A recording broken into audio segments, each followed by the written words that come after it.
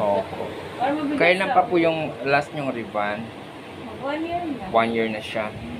Wala nipis ng buhok ko super. So, ang gagawin natin, pa-bouncy lang siya. Hindi siya yung sobrang flat, ha? Pero bagsak po siya.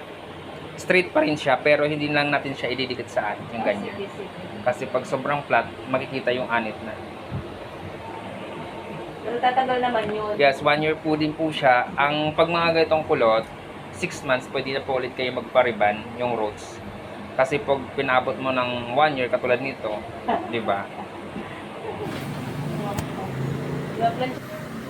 At ito na nga yung kanyang pinaka-final look. So, ayan. Ito na yung final, guys. So, hindi na siya kulot. Straight na siya. Bouncy lang po ang tawag dyan na ribbon. Ang ginawa ko sa kanya is ribbon with color. With Brazilian Botox pang malakasan. So, ayan, guys. Yung hair ni Madam ay sobrang kulot. At napakanipis ng kanyang buhok. Yung pagkakulot niya is dry. So, ayan. Ayan, guys. Thank you for watching, guys. Sana nagustuhan nyo. Comment nyo naman kayo kung nagustuhan nyo, guys. Salamat.